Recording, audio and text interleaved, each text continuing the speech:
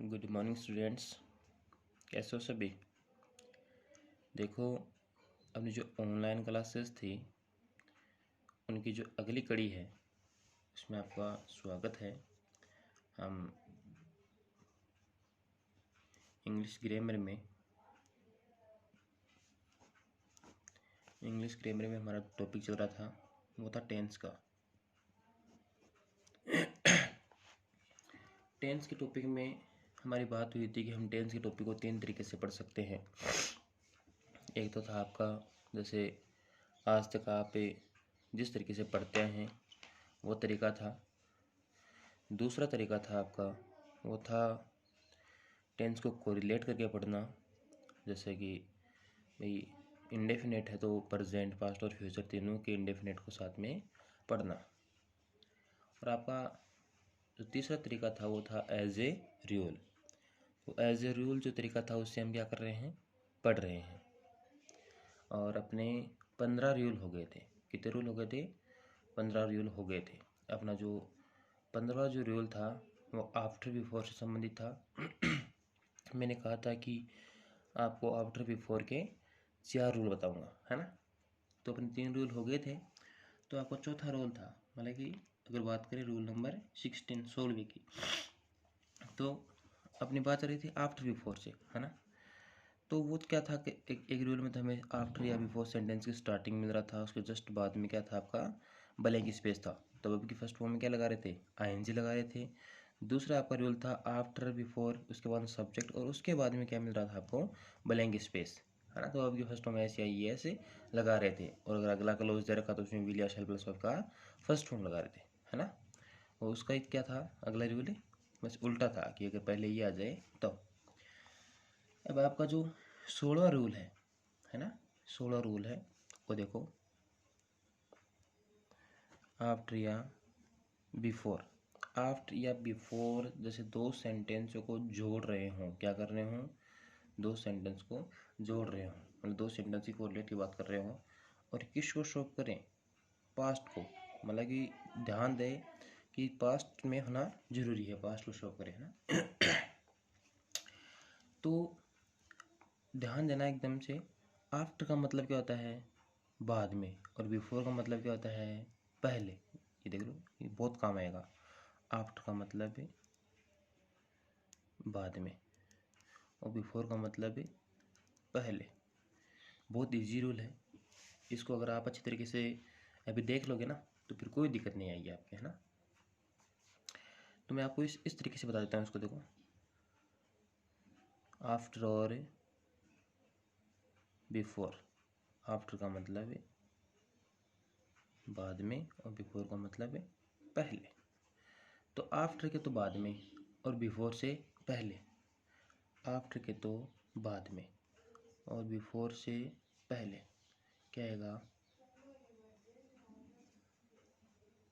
Head plus verb की third form. ध्यान देना, आफ्टर के तो बाद में क्या जाएगा, हेड प्लस वर्ब की थर्ड फॉर्म, क्या आएगा, हेड प्लस वर्ब की थर्ड फॉर्म। और बिफोर से पहले क्या जाएगा, हेड प्लस वर्ब की थर्ड फॉर्म। आफ्टर के तो बाद में, और बिफोर से पहले क्या, हेड प्लस वर्ब की थर्ड फॉर्म। अब दोनों जो बच गए ना, उस तरफ क्या जाएगा, वर्ब का सेकंड फॉर्म, वर्ब का सेकंड फॉर्म, वर्ब का सेकंड फॉर्म। आया समझ में? मतलब जहाँ जिस सेंटेंस में क्या मिला आपको, आफ्टर मिले, तो आफ्टर के बाद में क्या जाएगा, हेड प्लस वर्ब की थर्ड फॉर्म। कहने मतलब past perfect, past perfect, past perfect, ठीक है। और दूसरी तरफ क्या हो जाएगा आपका, पास्ट सिंपल, पास्ट सिंपल। मैंने पहले ही कहा था कि सेंटेंस में के बीच में आफ्टर बिफोर मिले और क्या बताएं, पास्ट बताएं, मतलब एक तरफ पास्ट आना जरूरी है ना। तो आफ्टर के तो बाद में हेड प्लस वर्ब का थर्ड फॉर्म, सीधा ध्यान रखना, पास्ट परफेक्ट छोड़ दीजिए आप, है ना। हेड प्लस वर्ब का थर्ड फॉर्म, और आफ्टर से पहले वर्ब का सेकंड फॉर्म, मतलब वर्ब पास्ट सिंपल। अब बात करते हैं बिफोर। तो बिफोर का मतलब होता है पहले, आफ्टर के बाद में, और बिफोर से पहले। तो बिफोर से पहले क्या जाएगा, हेड प्लस वर्ब का थर्ड फॉर्म, मतलब पास्ट परफेक्ट। और बिफोर के बाद में क्या जाएगा, वर्ब का सेकंड फॉर्म, मतलब पास्ट सिंपल। आया समझ में? देखो मैं इसको एग्जाम्पल से समझाता हूँ, आपको अच्छी से समझ में आएगा। एग्जाम्पल से देखो, एक जो एग्जाम्पल है आपका बहुत बार आता है आपके एग्जाम में, आपने बहुत बार देखा होगा ना। इसको अब देखो इसी से समझते हैं। The patient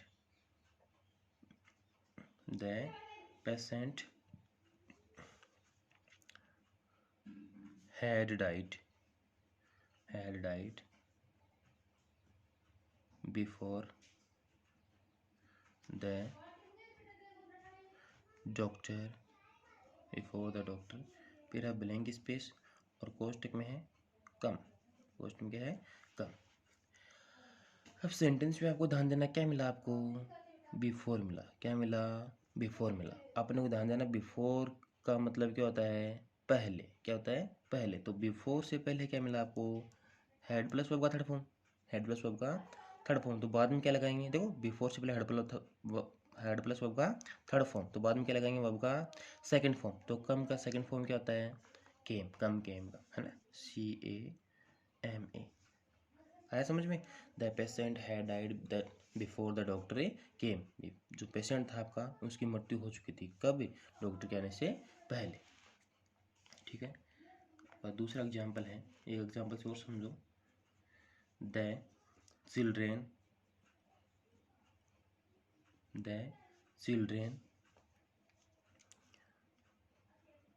went away. The children went away their homes. The children went away their homes after the peon blank space कोष्टक में है ring RING ring the bell sentence को देखना। The children went away their homes after the peon blank space bracket में है ring the bell. ध्यान देना, क्या मिला सेंटेंस में आपको? आफ्टर। क्या मिला? आफ्टर। आफ्टर का मतलब होता है, क्या बताया था? बताओ।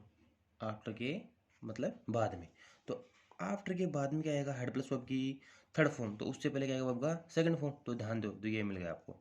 क्या मिला? वर्ब का सेकंड फॉर्म मिला। क्या मिला? वर्ब का सेकंड फॉर्म मिला। तो इधर क्या जाएगा? हेड प्लस वर्ब का थर्ड फॉर्म।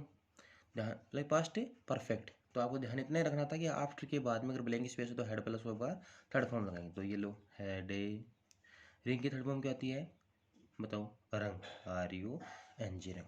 हेड रंग। देखो कुछ वर्ब्स ऐसी होती हैं जो आपको आना जरूरी होता है। कई बार वो वर्ब दी हुई होती है ना, आपको दी हुई मिलती हैं। वैसे वर्ब तो बहुत सारी हैं, लेकिन कुछ वर्ब्स ऐसी होती है जिनका आपको ध्यान में रहना जरूरी है। इसको एक बार फिर से देख लो, बहुत इम्पोर्टेंट रूल है, वेरी इम्पोर्टेंट रूल है। बहुत बार पूछा जाता है, ठीक है ना? बहुत बार पूछा जाता है। देखो सेंटेंस में क्या मिला आपको? आफ्टर या बिफोर। ध्यान रहे कि एक तरफ क्या दिखा रहा हो? ये पास्ट दिखा रहा हो, चाहे वो पास्ट सिंपल है चाहे पास्ट परफेक्ट हो। तो आफ्टर के तो बाद में, और बिफोर से पहले क्या लगाएंगे? हेड प्लस वर्ब का थर्ड फॉर्म। ध्यान रहे पास्ट परफेक्ट आपको याद रहे तो रहे, इतना याद जरूर रखना है आपको कि क्या लगाएंगे? हेड प्लस वर्ब का थर्ड फॉर्म। और जो बच गया, जो दूसरी जगह बच जाएगी, मतलब आफ्टर के तो बाद में हेड प्लस वर्ब का थर्ड फॉर्म आ जाएगा, तो आफ्टर के पहले क्या जाएगा? वर्ब का सेकंड फॉर्म, मतलब पास्ट सिंपल। और बिफोर से पहले हेड प्लस वर्ब का थर्ड फॉर्म आ जाएगा, तो बाद में क्या जाएगा? वर्ब का सेकंड फॉर्म। जैसे हमने ये दो सेंटेंसेस को समझा है। अपनी बात चल रही थी थर्ड फॉर्म्स की, है ना? रिंग की थर्ड फॉर्म, है ना? तो कुछ वर्ब्स हैं, है ना, उनकी मैं आपको बताता हूँ। जैसे आपका एक वर्ब है पे। कौन सा वर्ब है? पे। तो पे की सेकंड फॉर्म क्या होती है? पेड। क्या होती है? पेड। और थर्ड फॉर्म होती है पेड। पे, पेड, पेड। ठीक है। दूसरी फॉर्म है आपकी मेक। क्या है? मेक। मेक की सेकंड फॉर्म होती है मेड। क्या होती है? मेड। और थर्ड फॉर्म भी क्या होती है? मेड। पे, paid, paid, make, made, made. Third form है रिंग। सॉरी, अब 3 नंबर पे जो आपकी फॉर्म है रिंग, उसकी सेकंड फॉर्म होती है रंग, और थर्ड फॉर्म होती है रंग RUNG। रिंग, रंग, रंग RANG RUNG। अगली है आपकी सिंग, कौन सी है? सिंग। सिंग सेकेंड फॉर्म सिंग और थर्ड फॉर्म संग, SUNG। ध्यान रहे, पे paid paid, make made made, ring रंग रंग, सिंग सेंग संग। ठीक है, एक दो वो देख लो जो क्या कि रेगुलर यूज होती है ना, मोस्टली इनको पूछा जाता है, यूज में आती हैं। ऐसे तो बहुत सारी हैं, SWING स्विंग, तो इसका क्या है? Swing, SWANG। और थर्ड भी क्या होगा? SWUNG। अगली है sting, STING sting. Sting second form sting, STANG। और थर्ड फॉर्म होगी स्टंग, STUNG। ठीक है, मैंने यहाँ पे आपको 5-6 फॉर्म्स जो वर्ब्स हैं उनके फॉर्म्स बताई हैं। ध्यान रहे, इनको थोड़ा सा आपको अच्छी तरीके से देखना है, क्योंकि कई बार क्या होता है इनमें से पूछ ली जाती है वर्ब्स। ठीक है, तो आपके जो 16 नंबर रूल थे, 16 तक मेरे को लगता है कि आपके एकदम से ठीक याद हो गए होंगे, है ना। अपना जो 17वां रूल है, 17वें रूल की बातें करते हैं। जो रूल नंबर 17, 17वें रूल की अगर हम बात करें तो 17वें रूल में जैसे भाई आपने क्या होता है, जैसे आप टेंस पढ़ते हो तो एडवर्बियल्स पढ़ते हो ना, तो 17वें रूल में जो आपका क्या इंपॉर्टेंट रूल है, यहाँ से भी क्या आता है, क्वेश्चन बहुत बार आता है। तो हम यहाँ पे बात करेंगे टाइम एडवर्बियल्स की। किसकी बात करेंगे? टाइम एडवर्बियल्स की। Time adverbials, ADVERBIALS, time adverbials. जो टाइम एडवर्बियल्स पढ़ेंगे ना तो उनको इस तरीके से कोरिलेट करके पढ़ेंगे ताकि उनका जो एंचांट करें, उनका प्रोनाउंसिएशन करें, तो आपको क्या हो, वो थोड़ा सा याद करने में सुविधा हो। ठीक है ना। देखो अपना जो एडवर्ब्स हैं उनमें दो, usually, daily, usually, daily, hardly, hardly के बाद में आपका रेयरली, रेयरली वन बेयरली, बेयरली के बाद में स्केर्सली,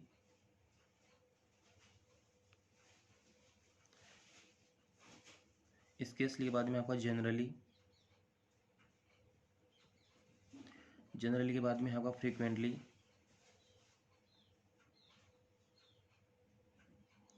और फ्रीक्वेंटली के बाद में आपका ओकेजनली,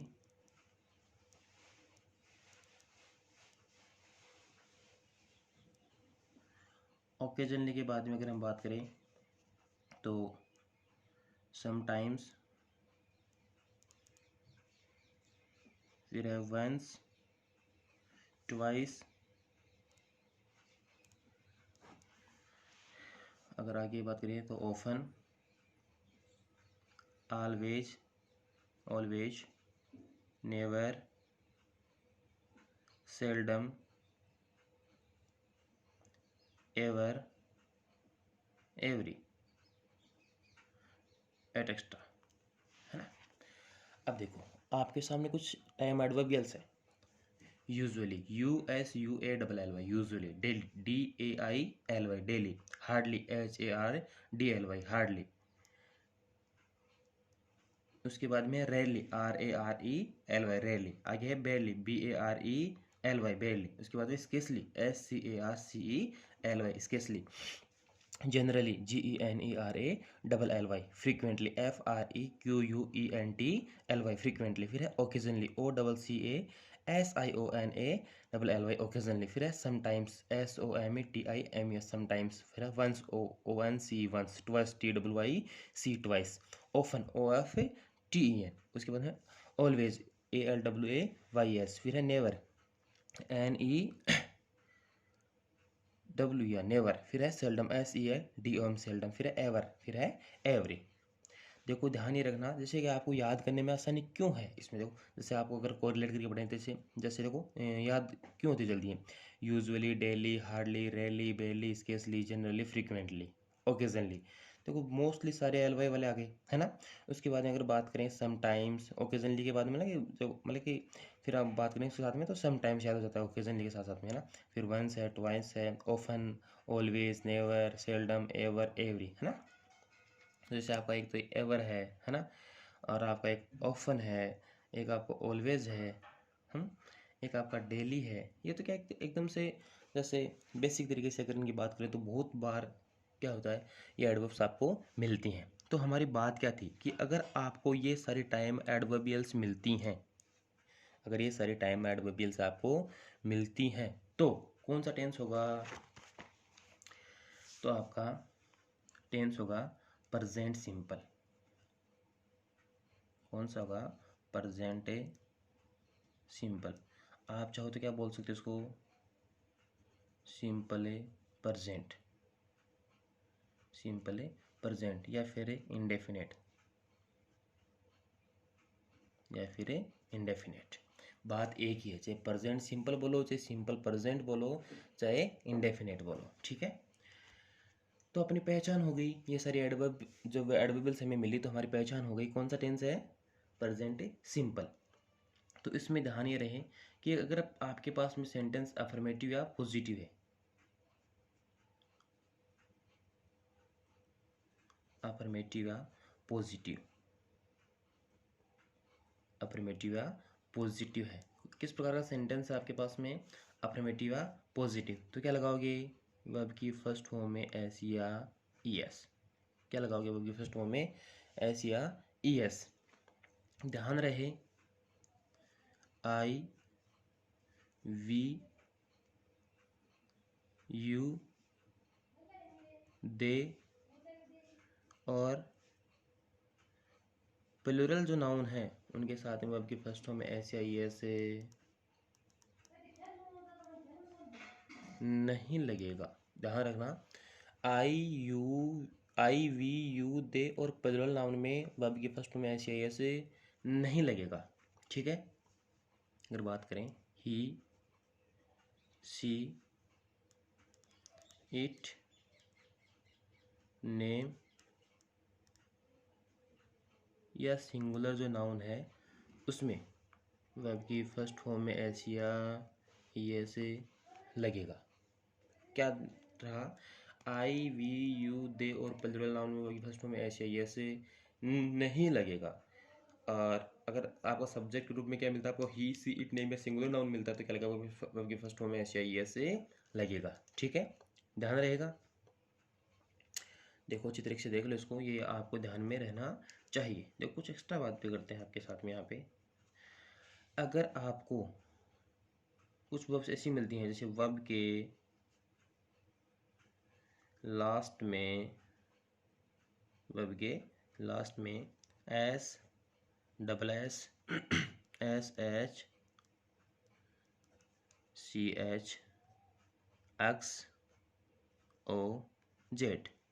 अगर जिन वर्ब जैसे इस वर्ब के लास्ट में एस या एस लगाने का तरीका क्या है? जैसे कुछ आपने हमने बात तो कर ली कि ही, सी, इट, नेम या सिंगुलर नाउन मिलता है तो वर्ब के लास्ट में क्या लगाएंगे? वर्ब के फर्स्ट में एस या ई एस लगाएंगे।